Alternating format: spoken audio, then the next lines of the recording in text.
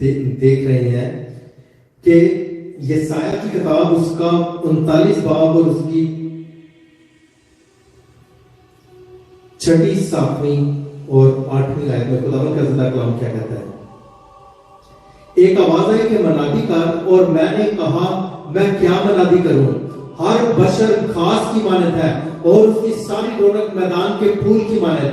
घास मुरझाती है, फूल कमलाता है, क्योंकि खुदावंद की हवा उस पर चलती है। यकीनन लोग घास हैं, हाँ घास मुरझाती है, फूल कमलाता है, पर हमारे खुदा का कलाम अब तक कायम है। कलाम के पढ़े और सुने जाने पर खुदावंद की कसरत से बरकत। मेरे अजीजों, खुदावंद का जिंदा कलाम हमें ये कहता है कि इंसान घास की मानद है, घास मुरझा जाती है, फूल कमला जाता है, लेकिन खुदावंद का कलाम अब्दुल आबाद है।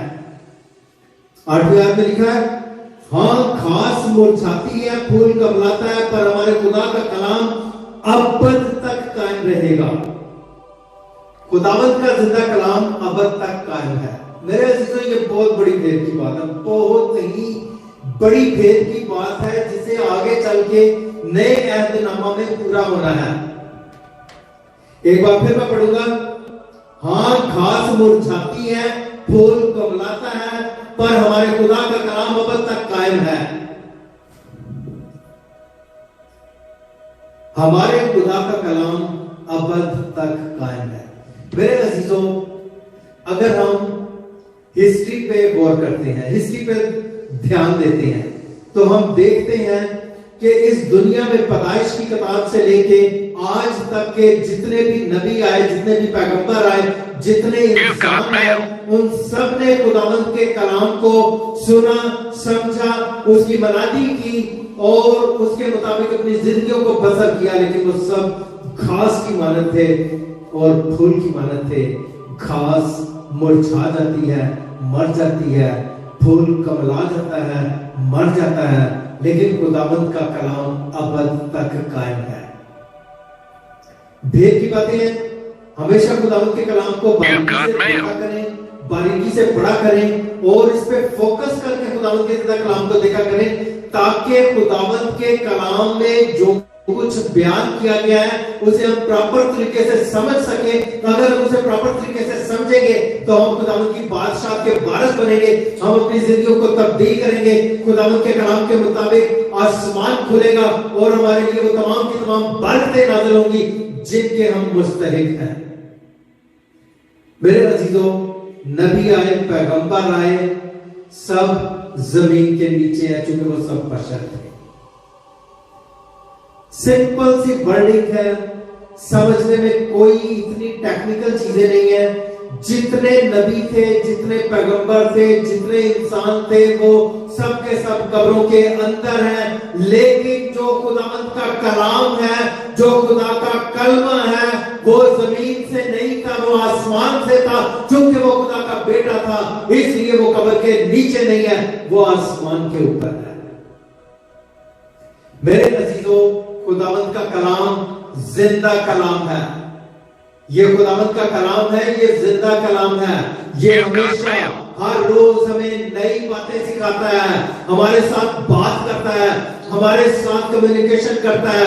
अगर हम खुदावंद के कलाम को सुनते हैं, हम अपने फोकस को क्लियर करते हैं, तो मेरे अजीजों, हम खुदावंद के साथ कम्युनिकेशन कर सकते हैं, खुदावंद के साथ बातचीत कर सकते हैं। खुदावंद आने वाले वक्तों के बारे में हमें बता सकता है और खुदा अजीब काम और मुअजिज़ात कर सकता है। सबसे बड़ी चीज यह है कि हमें खुदावंद के साथ रिलेशन काम करना है। अगर हम खुदावंद के साथ रिलेशन काम कर सकते हैं, कर लेते हैं, तो मेरे अजीजों, खुदा हमारे साथ बातचीत करता है। लेकिन अगर हम बाइबल को सिर्फ हम खोलते हैं, इसे पढ़ते हैं, लेकिन खुदा के साथ हम कोई किसी किस्म का रिश्ता कायम नहीं करते, तो मेरे अजीजों, खुदावंद का कलाम हमारे साथ बात नहीं करता, खुदावंद का कलाम हमारे साथ बात नहीं कर सकता, खुदावंद का कलाम हमारे दिलों में समा नहीं सकता। खुदावंद यीशु मसीह ने कहा कि अब से हमेशा तक मैं तुम्हारे साथ हूं। और ये कह के खुदावंद यीशु मसीह आसमान पे, बादलों पे, खुदा के तख्त पे जाके, आसमान पे खुदा के तख्त के दाहिने हाथ जाके बैठ गए। खुदावंद यीशु मसीह आसमान पे जाके खुदा के दाहिने हाथ पे, खुदा के तख्त पे जा बैठे। लेकिन आज हम ये समझते हैं कि खुदावंद यीशु मसीह हमारे दिलों में है, हमारे दिमागों में है, खुदावंद हमारी जिंदगियों में है। मेरे अजीजों, खुदावंद यीशु मसीह तो आसमान पे सातवें खुदा बाप के दाहिने हाथ पर है। लेकिन खुदावंद यीशु मसीह ने कहा कि मैं जाता हूं और मैं तुम्हारे लिए खुदा का रूह, पाक रूह भेजूंगा, और उस पाक रूह की वसातत से मैं हमेशा तुम्हारे साथ रहूंगा। अगर हम पाक रूह को एक्सेप्ट कर लेते हैं, अगर पाक रूह हमारे दिलों में, हमारे दिमागों में, हमारे बदन में है, तो खुदावंद यीशु मसीह भी हमारे बदन में, हमारे जिंदगियों में है। और अगर खुदावंद यीशु मसीह हमारी जिंदगियों में है, खुदावंद का कलाम हमारी जिंदगियों में है, तो हमारी जिंदगियों में किसी किस्म की कोई बीमारी, कोई परेशानी, कोई आजमाइश, कोई तकलीफ वाकई नहीं हो सकती। हमारे बिजनेस में कोई प्रॉब्लम नहीं आ सकती, हमारी जिंदगियों में लड़ाई झगड़े नहीं हो सकते, हमारी जिंदगियों में कोई परेशानी नहीं हो सकती, हमारी जिंदगियों में कोई आजमाइश नहीं आ सकती। मेरे अजीजों, हमें करना क्या है? हमें खुदावंद यीशु मसीह को खुदावंद यीशु मसीह की तरह एक्सेप्ट करना है। खुदावंद का जिंदा कलाम ये कहता है, बशर जमीन के नीचे खुदा का कलाम अब्दुल आबाद कायम। खुदावंद का कलाम हमेशा कायम रहने वाला है। और खुदावंद यीशु मसीह खुदा का कलाम है, खुदा का कलमा है। अगर खुदावंद यीशु मसीह खुदा का कलमा नहीं है, तो साबित करें कि वो जमीन पे किस कब्र में मौजूद है। अगर खुदावंद यीशु मसीह खुदा का कलमा है, तो खुदावंद यीशु मसीह ने साबित किया कि मुर्दों में से तीसरे रोज जिंदा होके आसमान पे जाके खुदावंद यीशु मसीह ने साबित किया कि मैं आसमान से आया था और आसमान पे जाता हूं। मेरे अजीजों, खुदावंद यीशु मसीह को उस अंदाज से एक्सेप्ट करें जैसे खुदावंद यीशु मसीह है।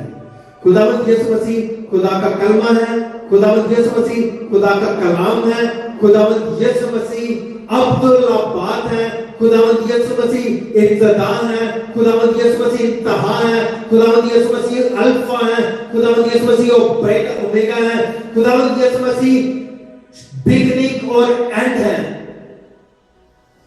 खुदावंद यीशु मसीह इब्तिदा से है और एंड तक रहेंगे, शुरू से है आखिर तक रहेंगे। खुदावंद यीशु मसीह अल्फा और ओमेगा है। मेरे अजीजों, खुदावंद यीशु मसीह ने अगर कहा तो साबित किया।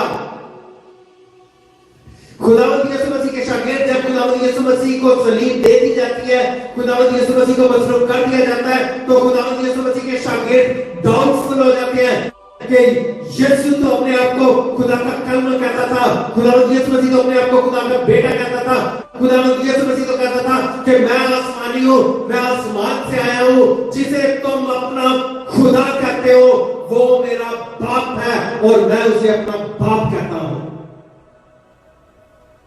मेरे अजीजों, खुदावंद यीशु मसीह ने कहा कि अगर तुम अपने खुदा को जानते, अगर तुम अपने खुदा को जानते, तो तुम उसके बेटे को भी जानते, चूंकि तुम अपने खुदा को ही नहीं जानते, इसलिए खुदा के बेटे को कैसे जानोगे। मेरे अजीजों, आज आंखें खोलने की जरूरत है, अपने कानों को खोलने की जरूरत है, अपने दिमागों को खोलने की जरूरत है, अपनी जिंदगियों को छोड़ने की जरूरत है। अगर हम खुदा के कलाम के मुताबिक अपनी जिंदगियों को बसर करते हैं, तो खुदा का कलाम हमें समझ आता है। अगर हम खुदावंद के कलाम को एक किताब की तरह पढ़ते हैं, तो मेरे अजीजों, खुदावंद का कलाम हमारी समझ में नहीं आ सकता। खुदावंद के कलाम को पढ़ने के लिए, खुदावंद के कलाम को सीखने के लिए हमें तौबा करने की जरूरत है, हमें रिपेंट करने की जरूरत है, हमें अपने गुनाहों का इकरार करने की जरूरत है, आइंदा ना गुनाह करने का वादा खुदावंद के सामने करने की जरूरत है।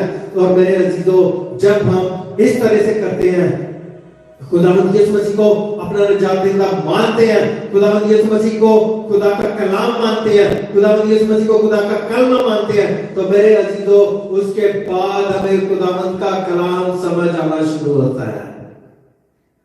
आज वक्त है, हम जिंदों की जमीन पे हैं। आज हमारे पास वक्त है कि हम अपने मुंह से खुदावंद यीशु मसीह का इकरार कर सकते हैं। अगर आज हम अपने मुंह से खुदावंद यीशु मसीह का कलमा होने का इकरार करते हैं, खुदा का कलाम होने का इकरार करते हैं, खुदा का बेटा होने का इकरार करते हैं, तो मेरे अजीजों हम खुदावंद यीशु मसीह की बादशाह में दाखिल होंगे, खुदा बाप की बादशाह में दाखिल होंगे। हम हमेशा खुदा के साथ रहेंगे, हम हमेशा खुदावंद की बादशाह में रहेंगे। इस दुनिया की कितनी भी मुसीबतें हो, कितनी भी परेशानियां हो, कितनी भी आजमाइशें हो, हम उन आजमाइशों में से निकल के हमेशा की जिंदगी में दाखिल होंगे।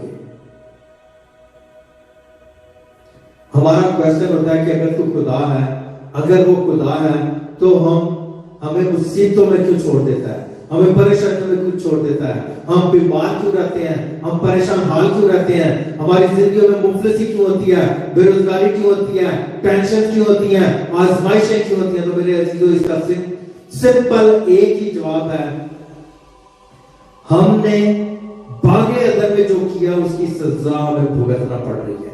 लेकिन इस सजा को भुगतने के बाद हम हमेशा की जिंदगी में दाखिल होंगे। मेरे अजीजों ये भी कहते हैं अगर अपने सजाई भुगतनी है तो खुदावंद यीशु मसीह पे ईमान लेके आने की क्या जरूरत है? मेरे अजीजों ये इस तरह से है कि अगर हम इस दुनिया में सजा को भुगत लेते हैं तो हम हमेशा की जिंदगी में वापस लौट जाएंगे जहां से हम आए हैं, खुदा की बादशाह से हम आए हैं, खुदा की बादशाह में वापस लौट जाएंगे अगर हम तौबा कर लेते हैं। तो एक छोटी सी मिसाल है दुनियावी तौर पे, जब हम किसी भी किस्म का कोई गुनाह करते हैं तो हमें अगर जेल में बंद कर दिया जाता है 6 महीने के लिए, 1 साल के लिए, 2 साल के लिए, 5 साल के लिए सजा दी जाती है, तो उस सजा को भुगतने के बाद हम कहां पे जाते हैं? वापस अपनी फैमिली में आ जाते हैं, वापस अपनी पुरानी जिंदगी में आ जाते हैं। तो मेरे अजीजों बिल्कुल उसी अंदाज से इस दुनिया में हम सजा भुगतने के लिए आए हुए हैं। वो सजा जो हमने बागे अदर में गुनाह किया था, अगर आज हम तौबा कर लेते हैं उन गुनाहों से, अगर हम तौबा कर लेते हैं कि आइंदा हम खुदावंद की बादशाह में दाखिल होने के बाद दोबारा उन गुनाहों को रिपीट नहीं करेंगे, तो हम खुदावंद की बादशाह में हमेशा की जिंदगी में दाखिल होंगे। और अगर हम गुनाह नहीं करते, अगर हमारे अंदर एक्सेप्टेंस नहीं है, तो भी यहाँ पे इस दुनिया में सजा भुगतने के बाद हम हमेशा की दोज़ख की आग में जा सकते हैं। इसलिए मेरे अजीजों आज हमें खुदावंद के कलाम के मुताबिक अपनी जिंदगियों को तब्दील करना है।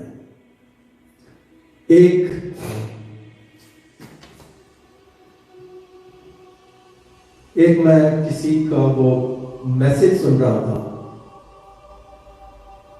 बिब्लिकल तो बेशक वो नहीं था, लेकिन वो उसकी बातें जो है वो मुझे अपील की, उन्हें मैं रिपीट करूंगा। मेरे अजीजों वो ये कह रहा था कि खुदावंद यीशु मसीह को मसीह लोग जिस अंदाज से खुदा का बेटा मानते हैं, इसमें अगर हम लोग भी मानना शुरू कर दें तो इसमें कोई मुजायका नहीं। जैसे मसीह लोग खुदावंद यीशु मसीह को खुदा का बेटा मानते हैं, अगर हम गैर कौम के होने के बावजूद अगर खुदावंद यीशु मसीह को मानते हैं तो इसमें किसी किस्म का हरज नहीं है। क्योंकि खुदावंद यीशु मसीह ने कहा कि खुदा बाप को वो अपना बेटा खुदा बाप को वो बाप कहते थे, वो जो उनका खुदा है उसको खुदावंद यीशु मसीह बाप कहते हैं। और अगर खुदावंद यीशु मसीह उसको बाप कहते हैं, खुदावंद यीशु मसीह उसको बाप कहते हैं, तो वो इस अंदाज में तो खुदावंद यीशु मसीह खुदा का बेटा कहलाए।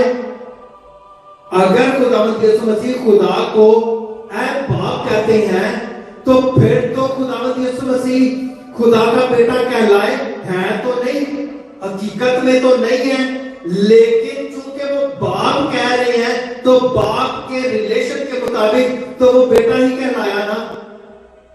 और उसने साफ आगे ये बताया कि मसीह लोगों को जब खुदावंद यीशु मसीह ने दुआ करना सिखाया तो खुदावंद यीशु मसीह ने कहा कि बाप से इस अंदाज से दुआ करनी है, ऐ हमारे बाप तू जो आसमान पर है, तेरा नाम पाक माना जाए। मेरे अजीजों, उसने अगला जुमला ये बोला कि जैसे खुदावंद यीशु मसीह ने खुदा बाप को बाप कहा तो उसका बेटा कहलाया, इस अंदाज में तो सारे के सारे मसीह लोग खुदा के बेटे और बेटियां बन जाते हैं। तो मेरे अजीजों, वो खुदा के बेटे बेटियां हैं तो नहीं ना? मेरे अजीजों, इस बात में काफी हद तक डेप्थ है, सोचने वाली चीज है, गैर मज़ाहिब को भी सोचने पे मजबूर कर देती है। खुदावंद यीशु मसीह खुदा का बेटा कहलाता है, मसीह लोग खुदा का बेटा कहलाते हैं। खुदावंद यीशु मसीह खुदा का बेटा कहलाता है, खुदावंद यीशु मसीह पे ईमान रखने वाले खुदा के बेटे और बेटियां कहलाते हैं। इसमें बारीकी वाली बात यह है कि मेरे अजीजों, अगर खुदावंद यीशु मसीह बकौल दूसरी कौमों के खुदा का बेटा नहीं है, जस्ट वो खुदा को आए बाप कहता है, मेरा बाप कहता है, तो खुदा उसको जमीन में पाताल में रहने नहीं देता, बल्कि उसको जिंदा आसमान पे उठा ले जाता है। मेरे अजीजों, अगर खुदावंद यीशु मसीह खुदा का बेटा कहलाता है तो उसे वो जमीन पे नहीं रहने देता। तो हम खुदावंद यीशु मसीह के फॉलोअर जो उसके बेटे और बेटे कहलाते हैं, इन्हें वो इस जमीन में या दोज़ख की आग में कैसे रहने देगा? वो इनका भी रक्षा करेगा और ये भी आसमान पर खुदावंद के साथ खुदावंद की बादशाह में दाखिल होंगे। लेकिन जो खुदावंद यीशु मसीह के फॉलोअर नहीं होंगे, जो खुदा के बेटे और बेटियां नहीं कहलाएंगे, वो घास की मानद और फूलों की मानद मुरझा जाएंगे और उनकी जगह सूखे घास की जगह कहां होती है मेरे अजीजों? तो आग में झोंक दिया जाता है, आग में डाल दिया जाता है। मेरे अजीजों, खुदावंद का कलाम अब तक कायम रहने वाला है। अगर खुदावंद यीशु मसीह खुदा बाप को अपना बाप कहता है, अगर हम खुदावंद यीशु मसीह के फॉलोअर खुदा बाप के बेटे और बेटियां बन जाते हैं, तो मेरे अजीजों, खुदावंद का कलाम अगर हमारे अंदर है, अगर खुदावंद का कलाम पाताल में नहीं रह टिक सकता, जमीन में नहीं टिक सकता और दोज़ख की आग में नहीं जा सकता, तो मेरे अजीजों, अगर खुदावंद का कलाम, खुदावंद का कलमा हमारे दिलों में, हमारे सीनों में, हमारी जिंदगियों में है, तो एक दिन हम भी खुदावंद की बादशाह में दाखिल होंगे। मेरे अजीजों, शॉर्ट सा मैसेज है, समझने के लिए काफी है। अगर समझ नहीं आती तो इसे बार बार सुने, बार बार देखें। बार बार सुनने से आपके दिमाग और ज्यादा रोशन होंगे और खुदावंद के कलाम को समझने की हिम्मत और कुव्वत मिलेगी। खुदावंद आपके साथ हो, आपको बड़ी बड़ी बरकत दे। और अब मैं दुआ करूंगा आपके लिए। जो बीमार है वो अपना हाथ अपनी बीमारी वाली जगह पर रखेंगे। अगर किसी के लिए दुआ करवाना चाहते हैं तो उसका नाम ले, उसकी बीमारी को सामने रखें और मैं दुआ करूंगा तो वो चाह के नहीं होगा, वो शिफा पाएगा। अगर पाक का मसा चाहते हैं तो अपने हाथों को अपने सर पे रखें और जब मैं दुआ करूंगा आपको खुदावंद का रूह टच करेगा और खुदावंद का मसा आप पे ठहर जाएगा। Hallelujah, hallelujah, hallelujah, hallelujah, hallelujah, hallelujah. कुदूस कुदूस कुदूस रब्बुल ज़मीन और आसमान के खालिक व मालिक, तेरा शुक्र, तेरी तारीफ, तेरी तमजीद करता हूं, तेरे यीशु नाम को जलाल देता हूं। तू कुदूस है, तू बरहक है, तू करीम, तेरे खुदा क्या करने में दिमाग शफ़क़त और रास्ते में गए अपने हाथ को बढ़ा। जितनी हजरत माता एक को छूने मसा करके और रफा कर, इनके लिए आसमान को खोल के कुव्वत, कुदरत, बरकत, शिफा को नजर कर। हर किस्म की तारीकी, नाराजगी, नापाकी यीशु नाम से इनके बदन, इनके घर, इनकी जिंदगियों से दूर हो जाए। सर के बालों से लेकर पैरों के तलवों तक तमाम कमजोरी, तमाम परेशानी, तमाम आजमाइशें यीशु नाम से दूर हो। इनके नाम किताबे याद में लिख दे ताकि कोई तारीकी की गोल, जानवर के साथ कमजोरी, नाराजगी, नापाकी इनके बदन में बाकी ना रहे। इनके लिए आसमान को खोल के कुव्वत, कुदरत, बरकत, शिफा को नाज़िल कर। इनकी जिंदगियों को तब्दील कर दे, इनकी परेशानियों को दूर कर, इनकी आजमाइशों को दूर कर। इनके लिए आसमान खुला छोड़ दे। तेरा वादा है कि जहां दो या तीन तेरे नाम से इकट्ठे हुए तो वहां पे मौजूद होगा, तो यहाँ पे मौजूद है। इनकी जिंदगियों में अजीब काम कर, मौजूदात कर। तेरा वादा है कि अगर इस जमीन पे दो इंसान की इस बात पे मुत्तफिक होते हैं तो उनके लिए वो आसमान पे हो जाती है। आज भी तुझ मैं इस बात पे मुत्तफिक हूं कि तूने एक एक को छुआ, मसह किया, प्योरीफाई किया और इनकी तमाम बीमारियों को, परेशानियों को, आजमाइशों को दूर कर दिया। Hallelujah, hallelujah, hallelujah.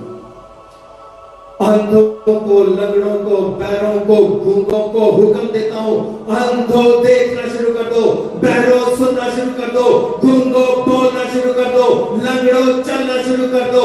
हर किस्म के ब्लड प्रेशर की बीमारी को, हर किस्म के सर की दर्द को, हर किस्म की आंखों की बीमारी को, गले की बीमारी को, टॉन्सिल्स को, नाक की बीमारी को, सांस की बीमारी को, टीबी के मर्ज को, दमे के मर्ज को, फेफड़ों की बीमारियों को, दिल की बीमारियों को, जिगर की बीमारियों को, मैदे की बीमारियों को, मसाले की बीमारियों को, हड्डियों की बीमारियों को, स्किन की बीमारियों को, गोश्त की बीमारियों को यीशु नाम से हुक्म देता हूं, अब भी और इसी वक्त इनके बदन, इनके घर, इनकी जिंदगियों से दूर हो जाए। इनके लिए आसमान को खोल के कुव्वत, कुदरत, बरकत, शिफा को नाज़िल कर। अंधों, लंगड़ों, पैरों, गूंगों, अभी और इसी वक्त उठो, देखना शुरू कर दो, सुनना शुरू कर दो, उछलना कूदना शुरू कर दो और यीशु नाम चला। खुद उस बाप तेरा शुक्र करता हूं, तूने एक एक को छुआ, एक एक को मसा किया, एक एक को प्योरीफाई किया, इनकी जिंदगियों में तू चलता फिरता नजर आ। Hallelujah, hallelujah. आए खुद बाप ये अपनी अपनी गवाहियां लेके वापस लौटे, अपनी अपनी गवाहियां लेके वापस लौटे और तेरा यीशु नाम चला। तेरा शुक्र करता हूं खुद उस बाप के तूने आसमान को खोला, कुव्वत, कुदरत, बरकत, शिफा को नाज़िल किया है। जो मांगा तूने बख्श दिया, अपने जिंदा और जलाली नाम के वसीला से आमीन। Hallelujah, hallelujah. खुदावंद आपके साथ हो, आपको बड़ी बड़ी बड़ी बड़ी बरकत दे और आपकी जिंदगियों में चलता फिरता नजर आए। अब हम उस दुआ में शरीक होंगे जो खुदावंद यीशु मसीह ने हमें सिखाई है। ऐ हमारे बाप, तू जो आसमान पर है, तेरा नाम पाक माना जाए, तेरी बादशाही है, तेरी मर्जी जैसी आसमान पर पूरी होती है, जमीन पर भी हो। हमारे रोज की रोटी आज हमें दे और जिस तरह हम अपने कर्ज बख्शते हैं तो हमारे कर्जों में बख्श, हमें आजमाइश में न पड़ने दे, बल्कि बुराई से बचा, चूंकि बादशाहत, कुदरत और जलाल हमेशा तेरा ही है। आमीन। और अब खुदा यीशु मसीह का फजल, खुदा बाप की मोहब्बत, पाक की रफ़ाकत और शफ़क़त